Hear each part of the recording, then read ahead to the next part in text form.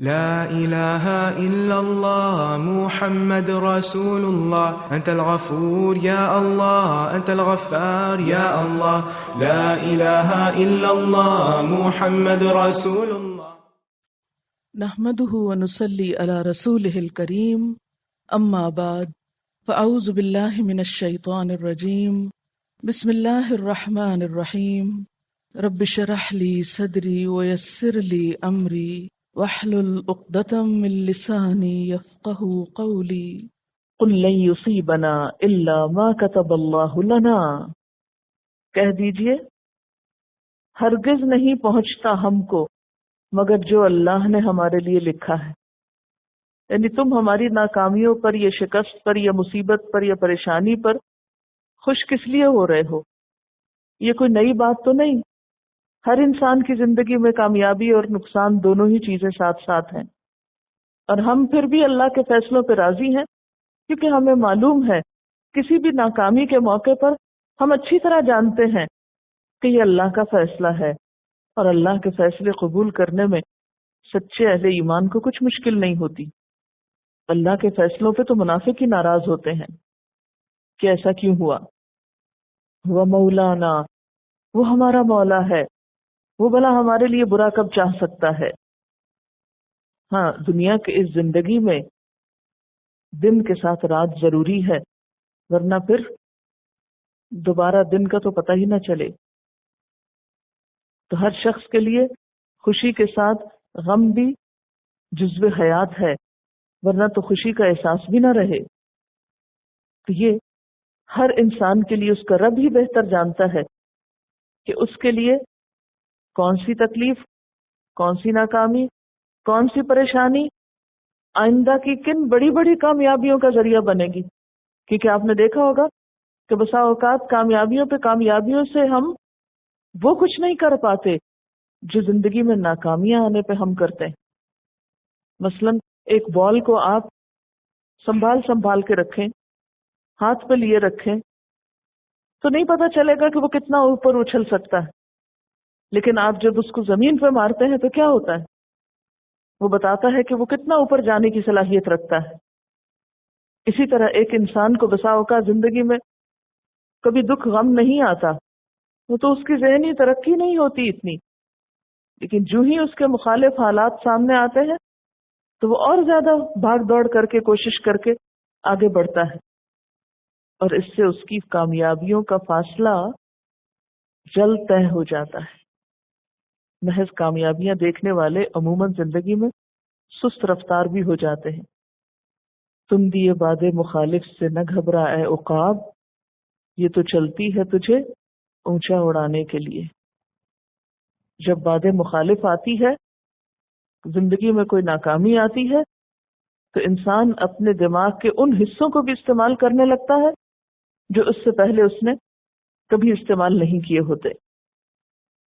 تو یہاں منافقین کے جواب میں کہ وہ مسلمانوں کی تکلیفوں پہ خوش ہوتے تھے، مسلمانوں کو صبر و برداشت اور حوصلے کے لیے فرمایا جا رہا ہے کہ تم ان کی باتوں پہ توجہ نہ دو. اللہ تمہارا مولا ہے، اگر اس کی طرف سے تمہیں کوئی تکلیف آ بھی گئی تو وہ تمہارے ساتھ ظلم اور زیادتی نہیں ہوگی، وہ بھی الٹیمیٹلی تمہارے بھلے میں ہی ہوگی.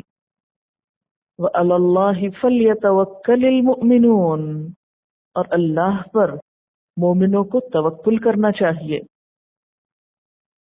تقدیر اور توکل میں کیا تعلق ہے اور ان دونوں کا کیا مقام ہے، بہت سے لوگ اس کو سمجھ نہیں پاتے، اس لیے ادھر ادھر بھٹکتے رہتے ہیں. کچھ لوگ تو ایسے ہیں جو سرے سے ہی تقدیر اور توکل کے قائل نہیں. یعنی کچھ لوگ ایسے ہیں جو نہ تقدیر کو مانتے ہیں اور نہ ہی توکل کو مانتے ہیں. وہ کہتے ہیں جو کچھ ہے بس ہم خود ہی ہیں. اور کچھ لوگ کرتے کراتے کچھ نہیں، اور جب کوئی نقصان ہو تو کہتے ہیں تقدیر میں یہ لکھا، اللہ پہ توکل کیا ہوا تھا اب کیا ہوتا. تو یہ جو ناسمجھی ہے ان دو چیزوں کے بارے میں، اس کو درست کرنے کی ضرورت ہے.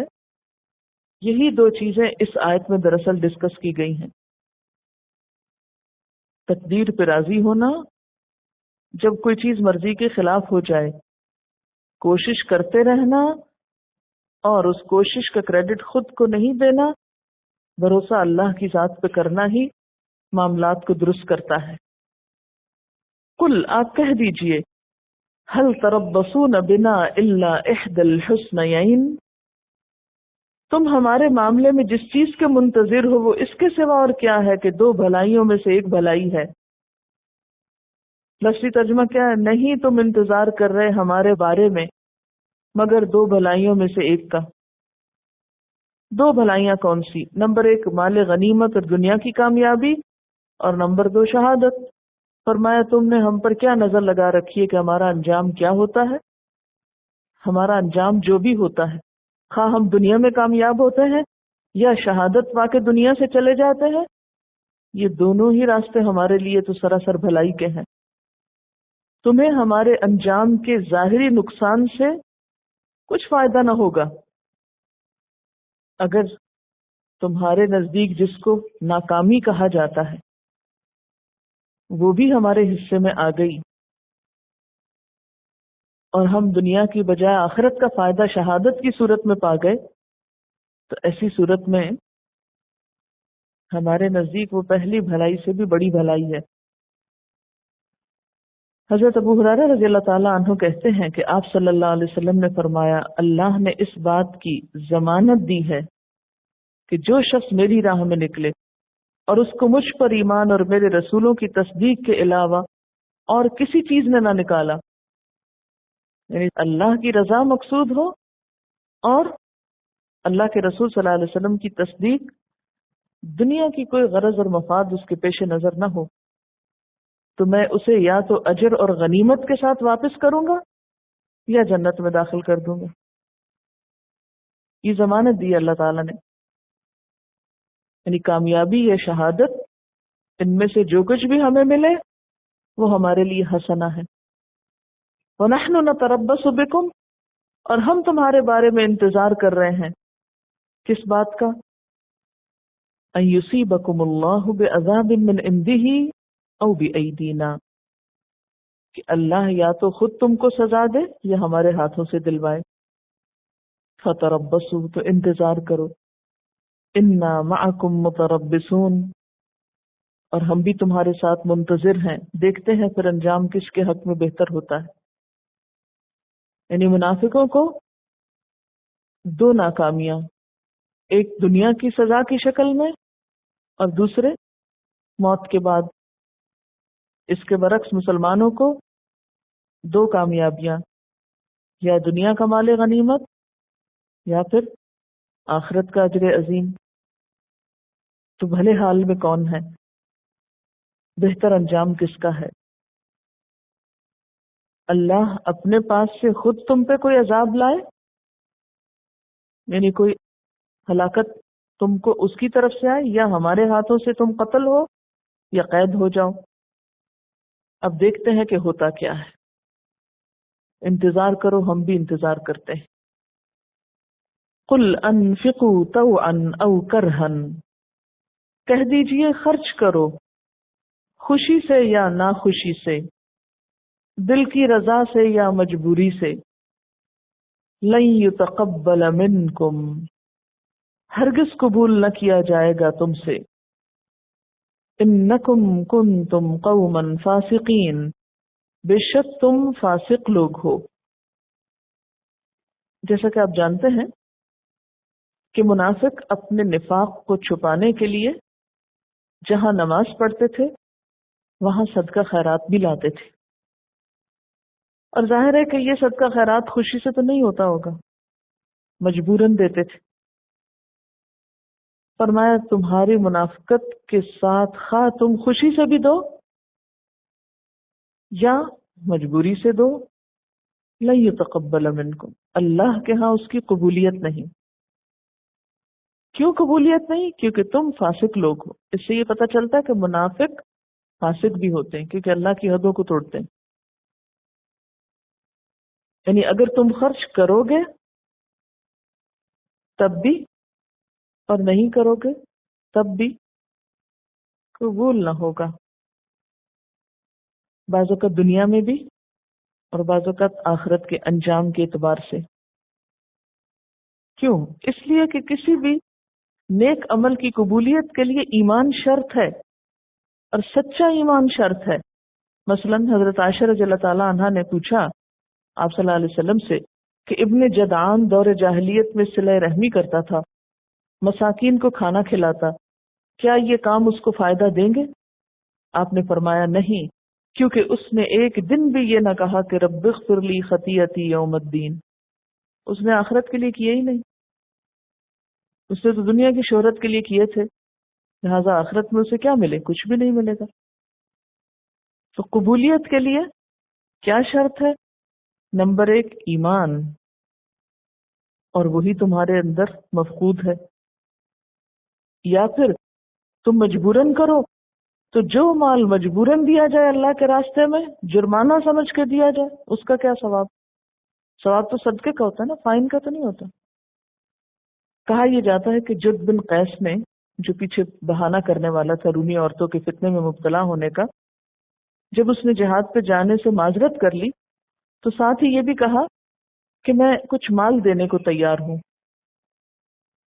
تو اللہ تعالیٰ نے اس کا جواب یہ دیا کہ تمہارا یہ مال قابل قبول نہیں، ہم یہ قبول نہیں کرتے کیونکہ تم لوگ نافرمان ہو۔ قبولیت تو اسی کی ہوتی ہے جس کا دل اطاعت گزار ہو، ایمان والا ہو۔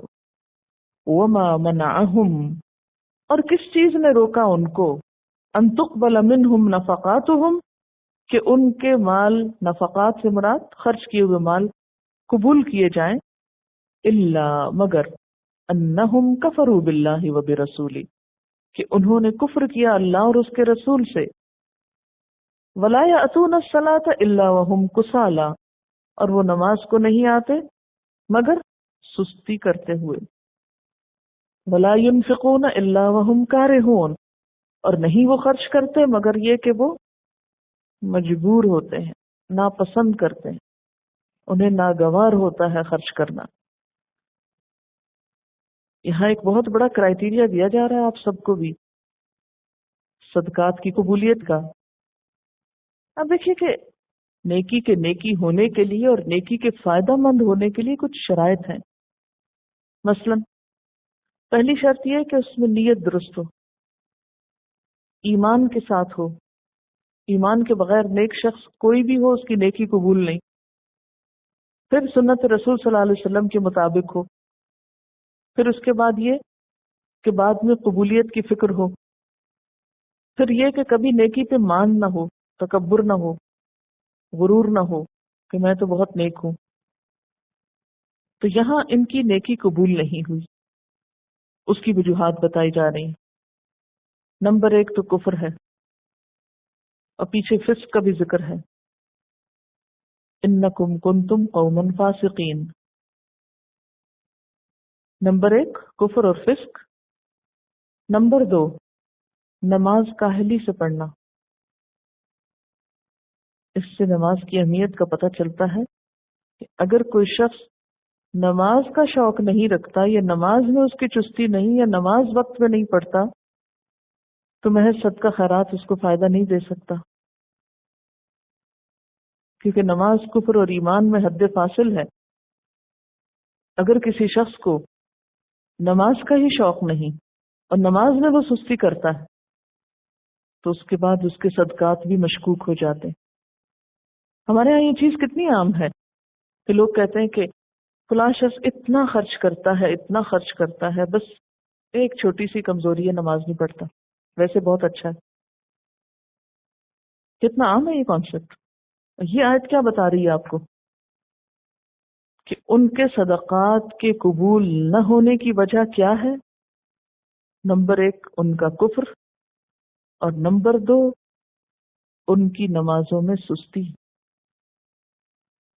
کبھی غور کیا، کبھی سوچا آپ نے کہ نماز کے اندر کسل مندی اور نماز کا حق ادا نہ کرنا صدقے کی قبولیت میں بھی رکاوٹ ہے؟ اس سے یہ پتہ چلتا ہے کہ نماز کا کوئی آلٹرنیٹ نہیں، کوئی نعم البدل نہیں۔ جیسے ہمارے ہاں بعض لوگوں نے نمازوں کے بدلے میں فدیہ رکھا ہوا ہے، تو حضور صلی اللہ علیہ وسلم کی سنت سے تو کوئی ثابت نہیں کہ آپ نے کسی سے یہ کہا ہو کہ ٹھیک ہے اگر تمہاری نماز چھوٹ گئی تو پھر تم پیسے دے دو اتنے. وَلَا يَأْتُونَ الصَّلَاةَ إِلَّا وَهُمْ كُسَالَىٰ. اور تیسری وجہ وَلَا يُنْفِقُونَ إِلَّا وَهُمْ كَارِهُونَ. خوشی سے نہیں خرچ کرتے. صدقے کی قبولیت کی 3 شرائط: نمبر 1 ایمان، نمبر 2 خوشی سے نماز پڑھنا، اور نمبر 3 خوش دلی سے صدقہ کرنا. کیونکہ جو کسی کے کہے کہائے اور کسی کی مجبوری میں اور کسی دباؤ کے تحت، کسی پریشر کے تحت اگر انسان کر دیتا ہے، جسے شرما شرمی سے کہتے ہیں، ہائے لوگ کیا کہیں گے، پھر تو لوگوں کے لیے دیا نا، اللہ کے لیے تو نہیں دیا. جو مال اللہ کے لیے نہیں دیا جاتا یا تو پھر وہ دکھاوے کے لیے ہوتا ہے، یا وہ پھر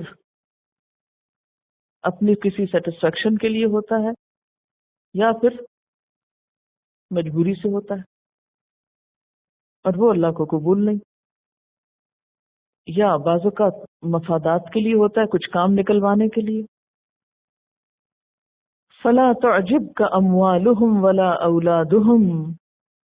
ان کے مال اور ان کی اولادیں تمہیں حیران نہ کریں، کیونکہ منافقین کی ساری دلچسپیوں اور سرگرمیوں کا مرکز کیا تھا کہ دنیا میں اعلیٰ مقام پائیں، خواہ وہ کسی بھی قیمت پر ہو، خواہ وہ اللہ اور اس کے رسول کی ناراضگی کی بنا پر ہی کیوں نہ ہو.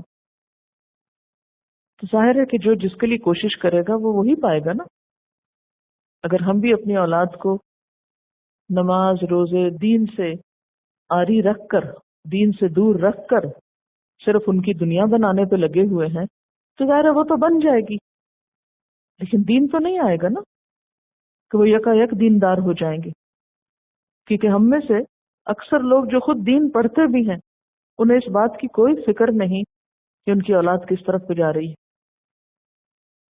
اور ہم اپنے آپ کو کیا تسلی دے دیتے ہیں، کیا کریں پڑھائیاں مشکل ہے نا، ماحول ایسا ہے نا، اسکولوں کے دوست ان کے ایسے ہیں نا، اس لیے اگر یہ نہیں کر رہے تو پھر مجبوری ہے. پھر وہی بات اپنے آپ سے سوال کریں، کیا یہ مجبوریاں ان مجبوریوں میں سے ہیں جنہیں اللہ قبول کر لے گا آپ سے، جس کا ذکر پیچھے ہوا ہے؟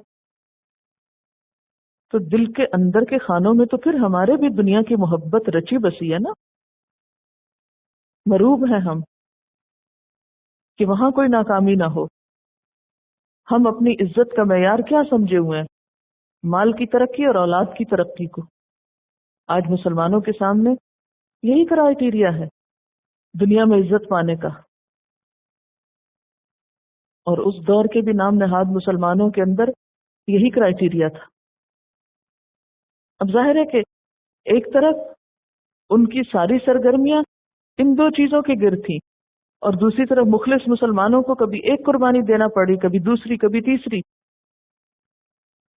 اب نتیجہ کیا تھا کہ بعض اوقات ان کو نقصان اٹھانا پڑتا تھا اپنی تجارت میں یا اپنی فصلوں کی کٹائی میں یا کسی بھی وجہ سے.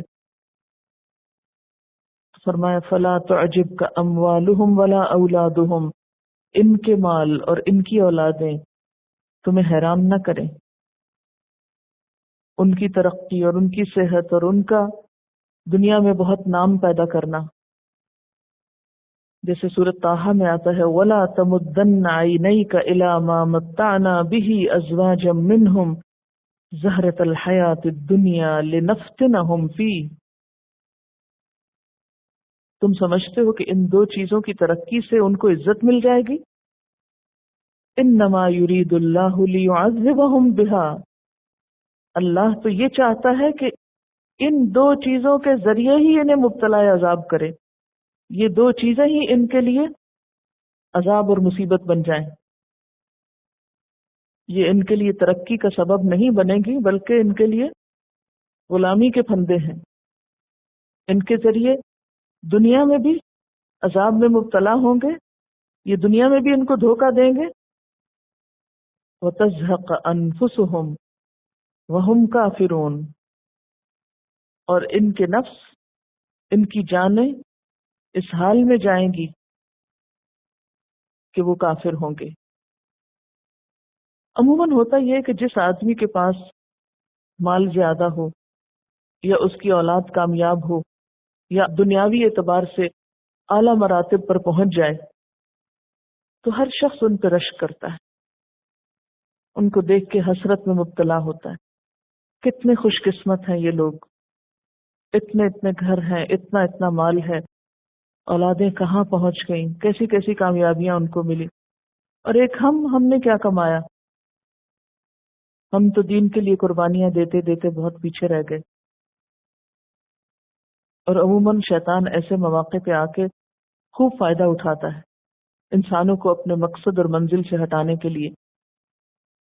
تو بظاہر خوش قسمت نظر آنے والے اللہ کی نظر میں حقیقت میں بدقسمت ہیں، کیونکہ دنیا میں ہی یہ مال ان کے لیے بسا اوقات ذلت کا سبب بنتا ہے، اور دنیا میں ہی وہ اولاد جب ان کو چھوڑ جاتی ہے اور ان کو پوچھتی نہیں یا ایسے غلط کام کرتی ہے کہ دنیاوی اعتبار سے بھی ذلت اور رسوائی کا سبب بنتی ہے، تو انجام دنیا میں بھی سامنے نظر آ جاتا ہے. کیونکہ جو والدین اپنی اولاد کو رب سے جوڑنے کی کوشش نہیں کرتے، پھر وہ اولاد حقیقت میں آنکھوں کی ٹھنڈک نہیں بن سکتی.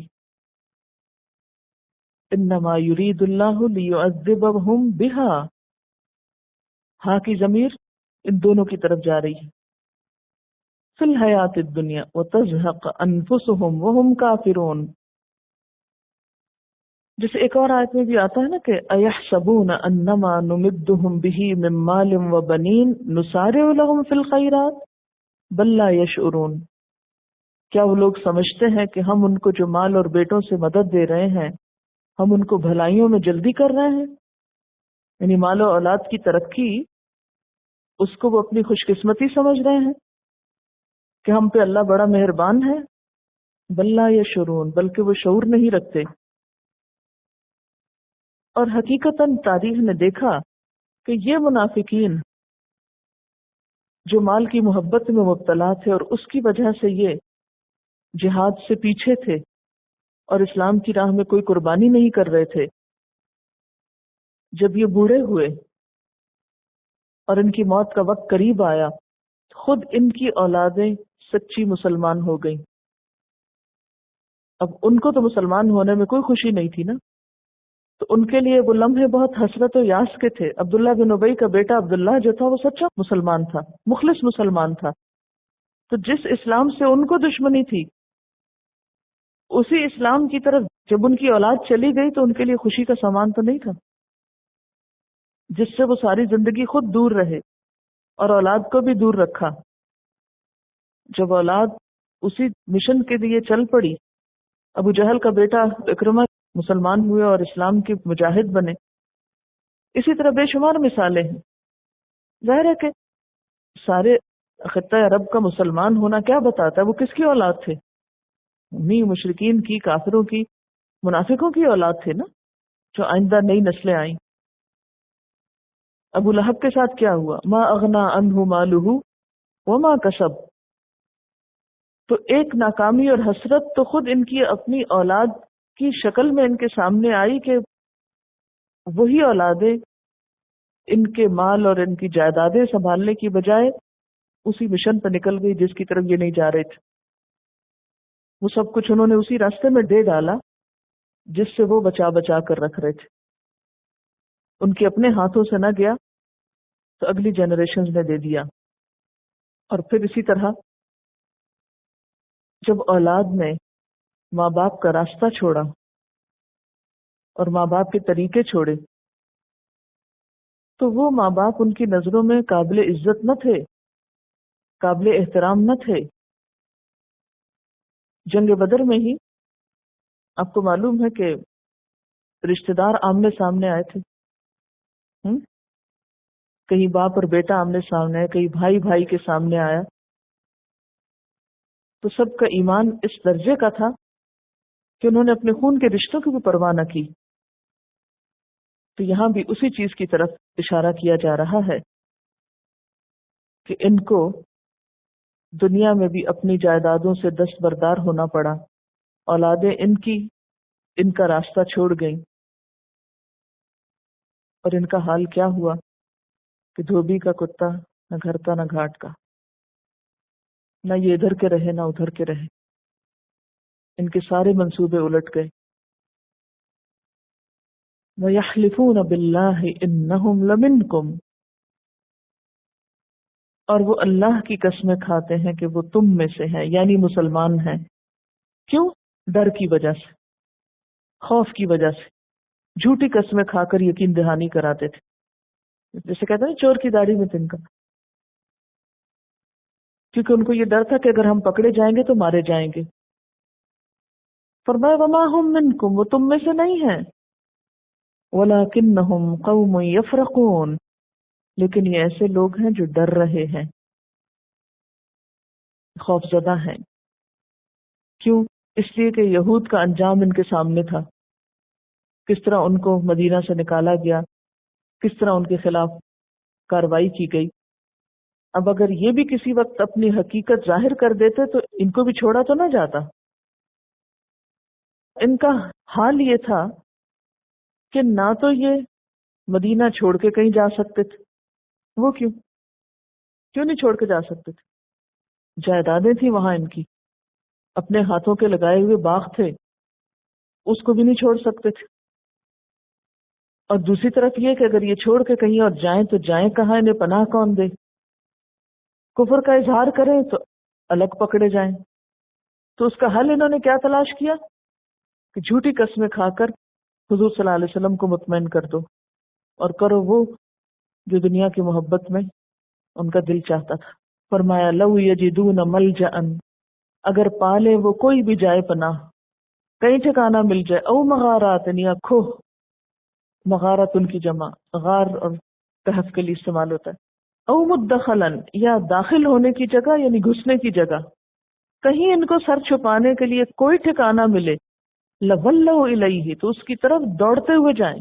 اب چونکہ یہ بالکل بے نقاب ہوتے جا رہے ہیں، ان کو سر چھپانے کی کوئی جگہ نہیں مل رہی، ہر طرف سے ان کی پروٹیکشن ختم ہو گئی، اس لیے اب انہوں نے کیا سوچا ہے آخری چارہ کار کے طور پر کہ جھوٹی قسمیں کھا کر حضور صلی اللہ علیہ وسلم کو مطمئن کریں۔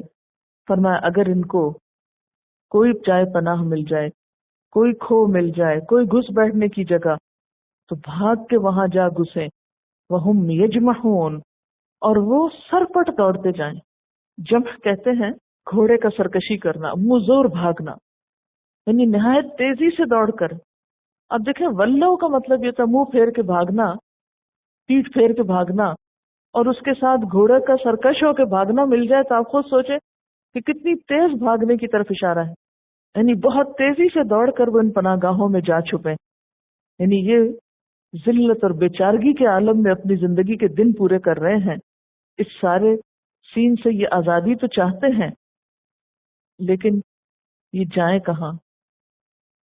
اور یہ جو آپ دیکھیں نا، ملجا، مغارات، مدخل، یعنی کوئی تنگ سے تنگ بھی گھسنے کی جگہ ان کو مل جائے کہیں سر چھپانے کی تو یہ وہاں چلے جائیں۔ ان کے لیے مدینہ میں رہنا اتنا دوبر ہو گیا ہے، اتنا مشکل ہو گیا ہے، اور یہ اتنے زیادہ پریشان ہیں اسلام کی ترقی سے، لیکن حقیقت یہ ہے کہ کوئی جگہ ہے نہیں اب ان کے لیے۔ اور پھر یاد رکھیے کہ یہ نہیں کہا جا رہا کہ آپ دنیا چھوڑ دیں، امتحان یہ ہے کہ دنیا میں ہوتے ہوئے نمبر 1 اور 2 کی بات ہے، اگر یہ کسی کو سمجھ میں آ جائے تو سارا مسئلہ ہی حل ہو جائے۔ جب تک مسلمانوں کو یہ بات سمجھ میں نہیں آتی وہ ذلت اور رسوائی سے نکل نہیں سکتے۔ ہم سب دعوے بہت کرتے ہیں لیکن عملی زندگی ہماری اس سے بالکل مختلف ہے۔ پریکٹیکلی ہم کسی اور ہی طرح جی رہے ہیں، ہم کہتے کچھ ہیں اور کرتے کچھ ہیں، یہی تو ہماری منافقت ہے، اور اسی منافقت میں وہ لوگ گرفتار تھے۔ ہم میں سے ہر شخص اپنے بارے میں سوچے کہ اس کی ترجیحات کیا ہیں۔ سبحانک اللہم و بحمدک، اشہد ان لا الہ الا انت، استغفرک و اتوب الیک۔ السلام علیکم و رحمۃ اللہ وبرکاتہ۔